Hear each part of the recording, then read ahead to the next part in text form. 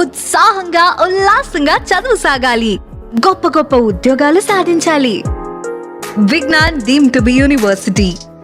కర్ణాటక ప్రభుత్వం బెంగళూరులోని ప్రతిష్టాత్మక ఎం చిన్నస్వామి స్టేడియంలో ఐపీఎల్ 2026 సీజన్ మ్యాచ్ల నిర్వహణకు గ్రీన్ సిగ్నల్ ఇవ్వడం క్రీడా రంగంలో ఒక సంచలన పరిణామం. గత కొద్ది నెలలుగా ఈ వేదికపై నెలకొన్న నీలి నీడలు తొలగిపోవడంతో క్రికెట్ అభిమానుల్లో నూతన ఉత్సాహం నెలకొంది. నిజానికి 2025 జూన్లో ఆర్సీబీ తన మొట్టమొదటి టైటిల్ గెలుచుకున్న వేళ జరిగిన సంబరాలు పెను విషాదానికి దారితీశాయి. ఆ సమయంలో బెంగళూరులో జరిగిన భారీ ప్రదర్శనలు మరియు స్టేడియం పరిసరాల్లో తలెత్తిన తొక్కిసలాట ఘటన వల్ల భద్రతాపరమైన తీవ్ర విమర్శలు వచ్చాయి. ఈ దురదృష్టకర సంఘటన తరువాత భద్రతా ప్రమాణాల దృష్ట్యా చిన్నస్వామి స్టేడియం పెద్ద ఈవెంట్లకు ఏమాత్రం క్షేమకరం కాదని అధికారులు తేల్చి చెప్పారు. దీని ఫలితంగా దాదాపు 8 నెలల పాటు ఈ మైదానంలో ఎటువంటి అధికారిక మ్యాచ్లు జరగలేదు.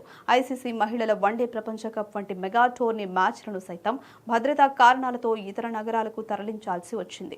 ఈ అనిశ్చితి వల్ల ఆర్సీబీ ఫ్రాంచైజీ తన హోమ్ గ్రౌండ్ను ముంబైలోని డివై పాటిల్ స్టేడియంకు మార్చాలని భావించినప్పటికీ అభిమానుల మనోభావాలు మరియు చిన్నస్వామి స్టేడియంతో ఉన్న అనుబంధం దృష్ట్యా ఈ నిర్ణయం వాయిదా పడింది. ఇప్పుడు ప్రభుత్వం విధించిన కఠిన నిబంధనలు మరియు జస్టిస్ కున్హా కమిటీ సిఫార్సులను అమలు చేసే షరతుపై మళ్లీ మ్యాచ్ల నిర్వహణకు అనుమతి లభించింది. ఈ నిర్ణయం కేవలం ఐపీఎల్ లీగ్ మ్యాచ్లకే కాకుండా మొత్తం టోర్నీ భవిష్యత్తుపై ప్రభావం చూపనుంది.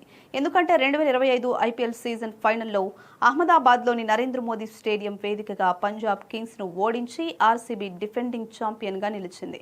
ఐపీఎల్ నిబంధనల ప్రకారం డిఫెండింగ్ ఛాంపియన్కు తమ హోమ్ గ్రౌండ్స్లో ఫైనల్ మ్యాచ్ నిర్వహించే హక్కు ఉంటుంది. 18 ఏళ్ల సుదీర్ఘ నిరీక్షణ తరువాత టైటిల్ సాధించిన ఆర్సీబీ ఈసారి ఛాంపియన్ హోదాలో తన సొంత స్టేడియంలోనే ఫైనల్ మ్యాచ్ ఆడాలని ఆశిస్తోంది. గతంలో సంబరాల సమయంలో జరిగిన అపశృతి వల్ల తలెత్తిన భయాలను వీడి ఇప్పుడు ప్రభుత్వం నిర్దేశించిన 35,000 మంది ప్రేక్షకుల పరిమితికి లోబడి స్టేడియంను సిద్ధం చేస్తున్నారు. ఈసారి మెరుగైన క్రౌడ్ మేనేజ్మెంట్, ఆధునిక టికెటింగ్ విధానం మరియు కట్టుదిట్టమైన పోలీస్ బందోబస్తు మధ్య ఐపీఎల్ 2026 సందడి చిన్నస్వామి స్టేడియంలో ప్రారంభం కానుంది. ఆర్సీబీ ఫ్రాంచైజీ మేనేజ్మెంట్ సైతం ప్రభుత్వంతో సమన్వయం చేసుకుంటూ ఆటగాళ్లు మరియు ప్రేక్షకుల భద్రతకు అత్యంత ప్రాధాన్యత ఇస్తోంది. బాధ్యతాయుతమైన రీతిలో ఈ మెగా ఈవెంట్ను నిర్వహించడం ద్వారా స్టేడియంపై ఉన్న నిషేధపు ఛాయలను పూర్తిగా చెరిపివేయాలని కర్ణాటక క్రికెట్ సంఘం లక్ష్యంగా పెట్టుకుంది.